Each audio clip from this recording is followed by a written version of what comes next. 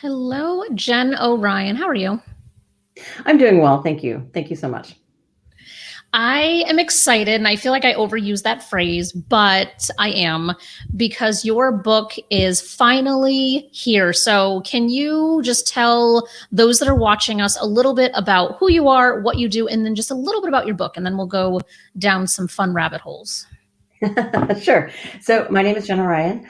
I have spent about the last 20 years working in change management and organizational change, and now I work with organizations on their inclusion and diversity strategies. Nice. Well, that was short and sweet. I'm impressed. That was a good elevator pitch.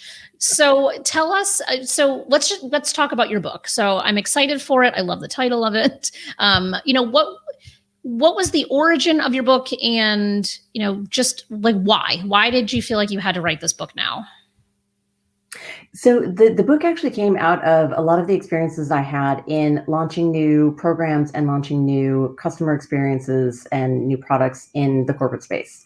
And as I became more involved in inclusion and diversity initiatives, because some more context. I have a PhD in human behavior, and I specialize in sexual orientation and gender identity. And so I was merging the experiences that I had in managing change and launching new experiences, and also with how do we affect change in a corporate culture. And so the book came from things that I've learned along the way, because especially around inclusion and diversity initiatives, there are common themes around why some really good inclusion and diversity initiatives either sputter out or never see the light of day, or you have some really good change for about 6 weeks and then it doesn't stick, or maybe it launches and there's unintended consequences and some backlash. And so as I identified these common themes, I realized that this information is not going to do any good in my head. And so I actually created a field guide for what I refer to as accidental diversity experts, people who find themselves in a position in an organization where they've either been charged with improving the corporate culture or they're an advocate. They understand how much better the organization and the lived experience of employees could be. They just may not know all the mechanics of how do you actually do this. So all the way from identifying what the problem is, making sure that you have an understanding of the population being served and do they think it's a problem, to making sure that you have some buffers around the launch, and how do you manage humans through change, right? Inclusion and diversity changes can be very emotionally charged. And so really understanding the complexities around, okay, you have an organization of humans, how do you all get them on the same page when they're at very different stages in standing and their journey. And so that is what it is. It's a quick and easy to digest roadmap for how you get from really good ideas and good intentions to implementation and measurable effective results. I love that.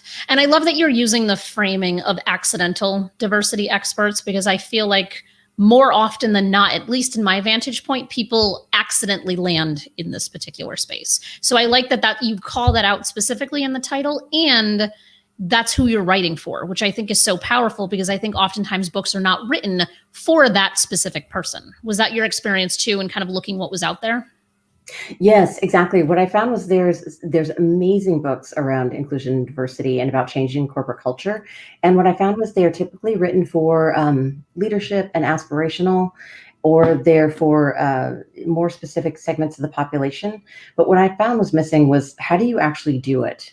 We've all attended conferences where we have all this information and all these ideas. We're motivated and ready to go. And then, okay, now what? Like, how do we stick the landing on this? How do we figure out what we can do in the next 30 days if we have no budget and no resources, and it's me and a coworker and we just want to change the world? So starting there. And the one thing that I did really intentionally do with this book is I made it very conversational, because I don't like writing in a very dry academic way. And so really the feel of this book should be that you and I, or the reader and I, are sitting at a coffee shop, socially distancing ourselves away, and just talking about whatever it is they're trying to work through. I love that you wrote it in a conversational tone. I think there's something so powerful about that. And I also want to acknowledge the fact that you have a PhD, you were accustomed to academic writing, and you were still able to write it in a conversational way. Because I just want to call out that so many people struggle with that piece in particular, that when you're used to kind of writing academically, it just kind of comes a little more natural. And you were able to break through that, which I'm very proud of. Thank you.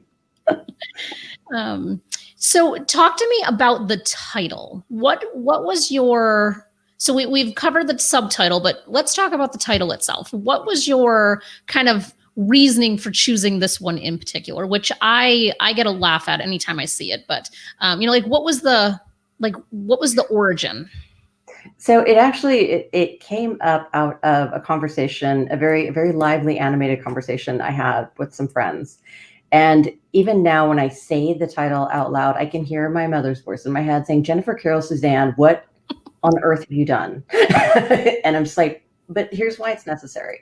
So I used it as a working title for a long time. And what I realized is that I felt very strongly that the conversations we've had around inclusiveness in organizations, for LGBTQ plus individuals, for all marginalized populations that lack visibility in these spaces, is we try to be very polite about it.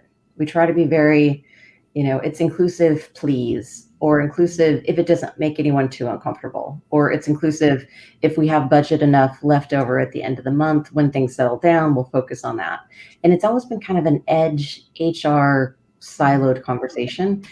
And I thought, okay, I'm a huge fan of disruptive technologies. And I feel like disruption shows up in organizations in a lot of different ways. And it's time for I&D's moment to be disruptive. And I think those are the organizations that are really going to be successful with it. I love that. I love that you kind of put the framing around why, because I think on the surface, people were like, what? And I love the impression of your mother, because I can totally see how somebody would be like, come on, like, what are you doing? But, and I think it also speaks to a very specific type of person who would be attracted to picking something up with a title like that, who also happens to have fallen into this path at their job. So I feel like, to me, it all feels very intentionally and strategically tied together. Thank you. Yeah, that was the plan. And I always have the caveat, hey, maybe I thought it's AF is a field guide, and maybe I forgot that field guide is actually 2 words instead of 1. So that is your out if you have a overly conservative budget influencer. That is funny. Good. Make note of that. Those who are watching who need this book in their employment, there's your out. Okay, so let's talk about kind of your aspirations with this. So you've obviously been doing work in this space for 2 decades, as you had previously said. What's your, like, if you're, kind of thinking to the future and what an organization is going to get from having read this book, like, what is your hope that people are going to be like coming back and saying to you, like, this book did what? So that's such a big question. So what I'm really hoping for is that people will pick up this book and they'll be able to see the possibilities in their organization. Because so many times, I traffic in what's possible, right? I like to look at, okay, what can we do? And I want organizations to see not just inclusion and diversity as a marketing campaign or as a policy or as something they have on the side of a bus as a logo, but really it's part of that in culture. It has to be infused in the daily experience of the culture, and it has to go through the entire life cycle of the employee, the life cycle of the customer, every aspect of it. And so that's what I'm hoping organizations will take away, is they'll see the big, wow, this is really everywhere. Everything speaks in our organization about how we interpret inclusion and diversity. But then also I want people to take this message out, and this is the Trojan horse, right? I want people to take this out into the community, because employees are not just employees. They're humans out in the world.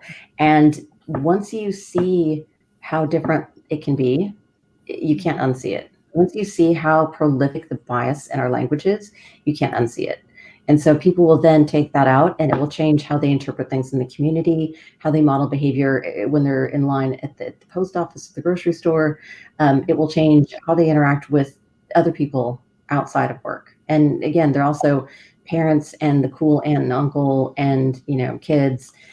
And all these different things, and they're the soccer coaches. And so once they have this information in their head, it will, hopefully my intent is, it will change their perception in a way that has a splash and ripple effect far beyond whatever job they're in right now. I love that. I love that so much.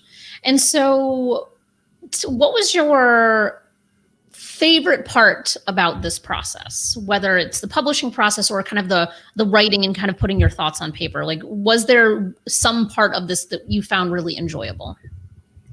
It was actually very liberating to finally be able to write something that was absolutely mine, that I could create. I could put as many completely obscure pop culture references in. I could be, I could highlight things that I really thought people would relate to and would resonate with. And it was also the ability to really get deep into, okay, what is it I want to communicate, right? Because I've been working in this space for a long time, and I can and will speak of it uninterrupted for hours on end, but that's not really valuable for the reader. And so it was the ability to go really deep and say, what is it I want to communicate, and how do I do that in a way that really sticks with people? Mm-hmm. Mm-hmm. And so I love that. I mean, there's a lot of times in the writing process where, I mean, it's fits and starts, right? But I would lock myself away. I would isolate myself for a couple of days, and I would just get really deep into, what does this mean? And what do I really want people to take away? Mm-hmm. And so I love that, because I think that that's one of the beautiful things about books, right? Is that it allows us to really think through how we're going to teach what it is that we know. And I think it's a lot easier to be like, hey, I'm going to put a seminar together or a workshop together, because it's just it's a consolidation, but you're putting together 2 decades worth of thoughts into something that's cohesive for someone to understand, which is not an easy task in and of itself. Yeah, exactly. And of course, my go-to is, because it's the right thing to do. Just like, stop assuming that your coworkers are straight and cisgender. Thank you for coming to my TED Talk. Like, that would be the shortest book in the world, but it doesn't really it's not going to get the lasting change. And so, yeah, it was, I found that to be, I mean, I think in everything that we do as humans, right? Everything that we do is often so directed or influenced or, measured by an external influence. So, like, what does your boss want you to create? What does your organization want you to create? What would my mom want me to create? Mm-hmm. And this was one opportunity to really sit down and say, what do I want to create? Just for me. Like, the buffers are off, the rails are off, the filters are off. Let's just create something. And so I found that extremely enjoyable. There were many aspects of the book writing process that were not that enjoyable. So I don't want anyone to think that this was like all super easy and cheesecake. Like, there's a lot of, sobbing on the couch. Why am I doing this to myself and those around me that I love? But so worth it, right? It's absolutely worth it. I love that. Would you mind just sharing any of those lower moments where you did have kind of those self-doubts as you were moving through? Because I think it's really powerful for someone who might be watching this to see, like, wow, she's on the other side of this. Like, she did this amazing thing.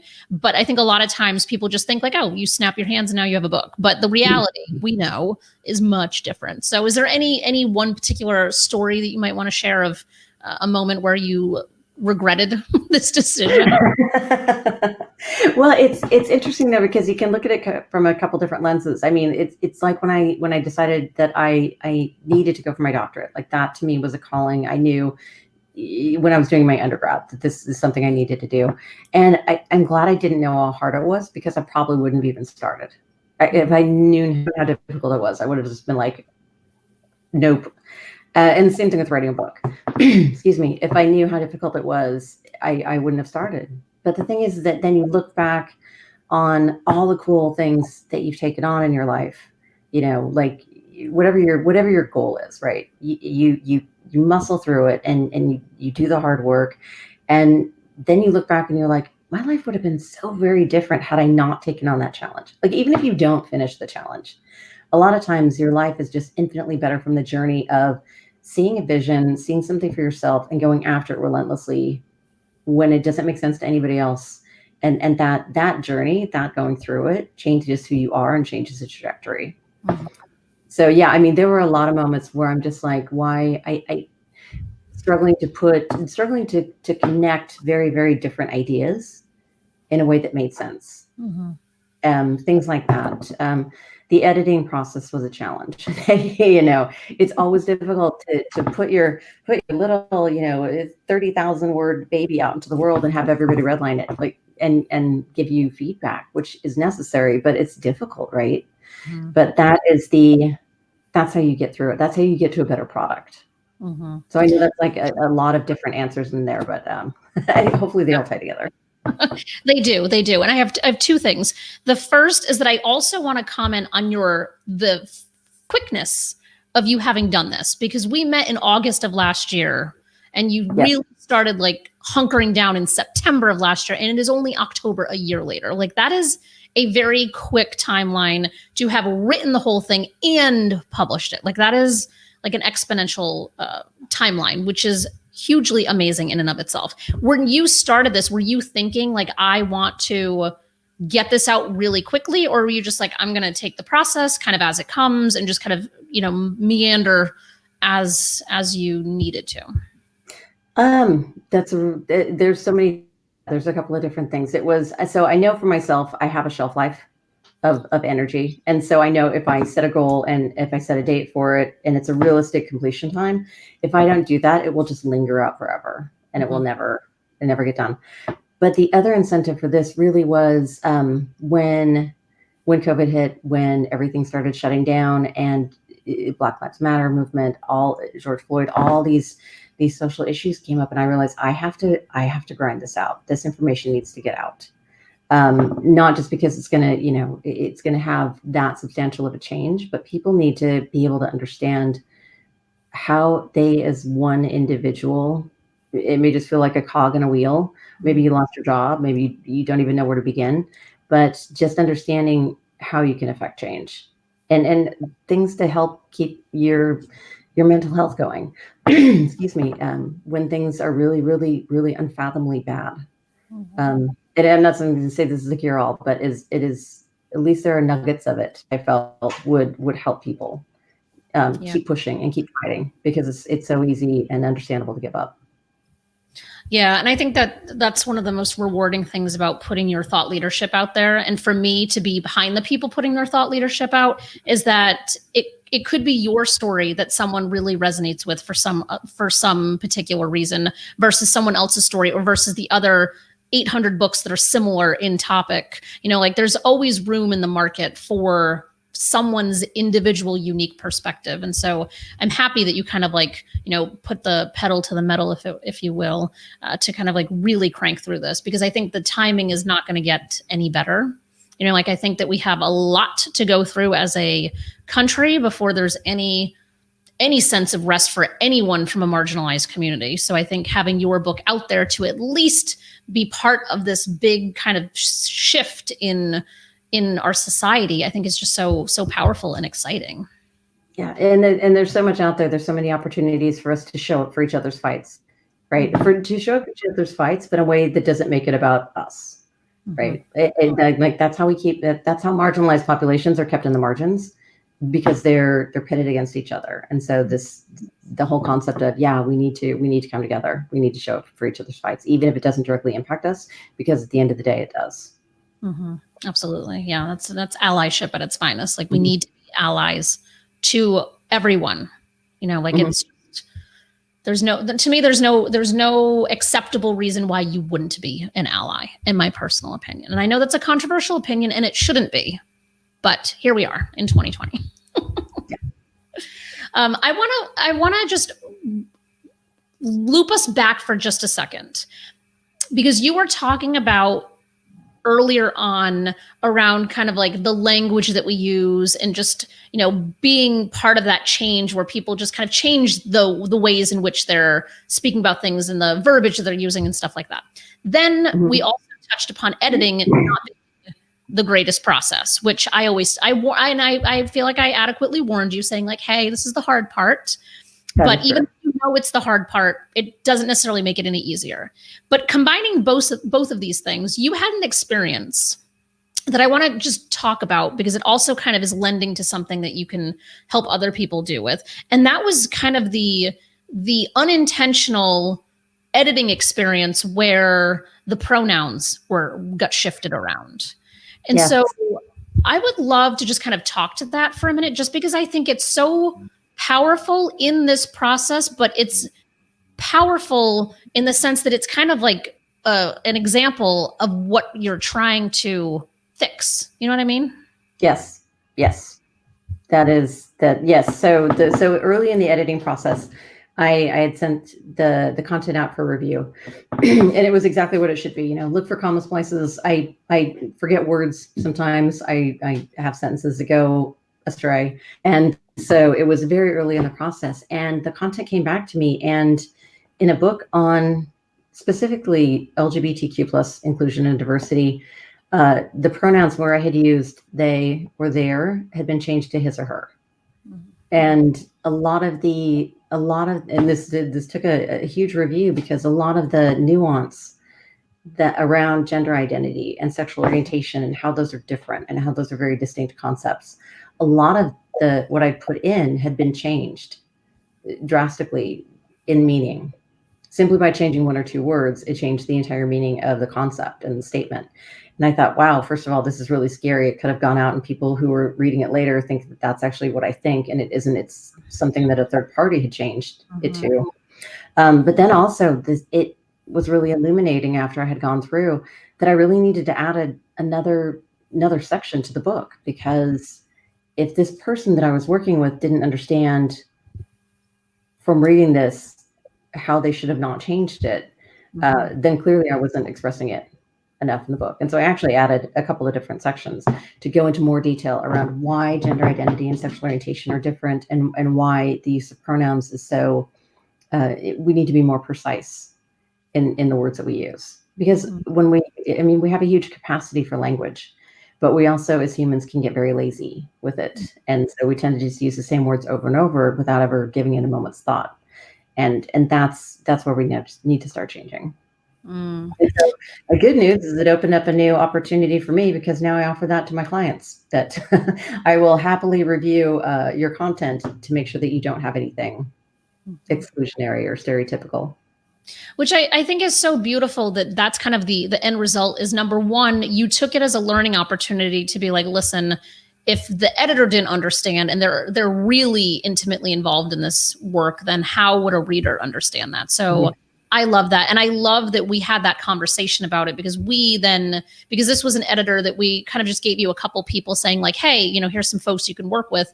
But now it's helped us internally change our process too, to make sure we are not recommending or referring editors who don't have that lens. And so I think that there's something kind of really powerful in such a very simple, small micro example, how collectively just these two skill sets are able to kind of change a whole bunch of other work to come, which I think is so powerful. And the fact that you're now offering that as a service, which is incredible. And, and it's a service that we will be engaging with you on as well, in terms of having you look at future books that we're working on. So I think there's just something so amazing about being able to look at something as an opportunity, rather than looking at something and being like, what the hell? How could this person not know? Because it's so easy. And I know that is so much of what you teach too, is it's so easy to go to blame and shame, when really people don't necessarily know better in some instances. We think they should know better, but that doesn't mean they do. And we need to be more gentle in that educational process with folks. And that's such a good point, because oftentimes it's not malicious. Not an undoing. It's not a statement for them to change it back. They are simply coming from a grammar and antiquated language construct that, and they just don't know. And so they think they're doing the right thing by changing it. And then it opens doors to conversations. Yeah, absolutely. And I think, ignorance is no excuse, as the old adage goes. But at the same time, we have to assume that it's not with malicious intent, because if it's malicious and ignorant, then that's when we have problems. But, I just love the way that you approached it. And I feel like just such great outcomes came out of it on top of it, while it might have been frustrating in the moment. Yeah, there was. So as we're kind of getting to the top of our time here, is there anything in particular you would like to share that I have not asked you about, that, someone who's watching this, you might want them to know?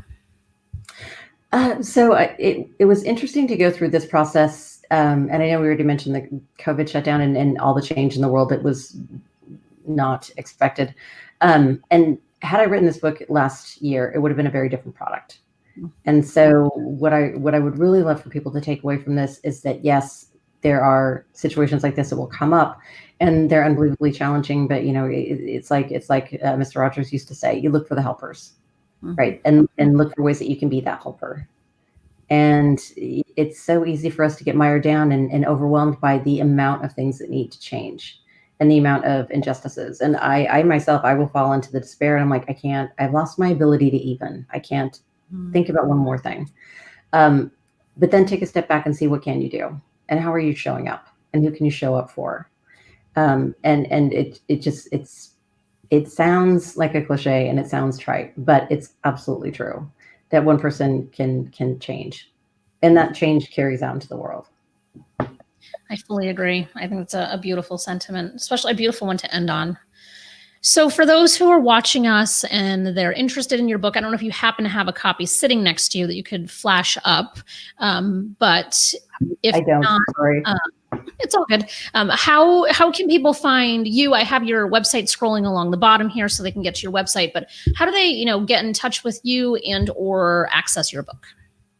Oh, so so that's the website at the bottom. The book is available on Barnes and Noble. It is available on Amazon. It's available on all the typical channels.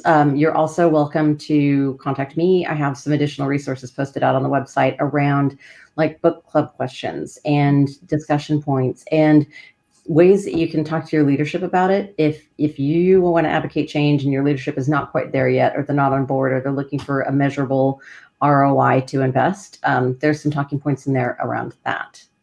The one thing I would say, because in celebration of National Coming Out Day, which is Sunday, the Kindle version, however you think about Amazon, the Kindle version is on special this weekend.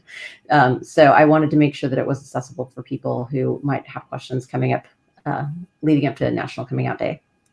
It's perfect. The timing of that is beautiful and perfect. May as well hack into National Coming Out Day. That's awesome. And then the book is also, if you go to PYP, publishyourpurposepress.com, your book is also, you have an author page and they can click over to all of your links from there as well.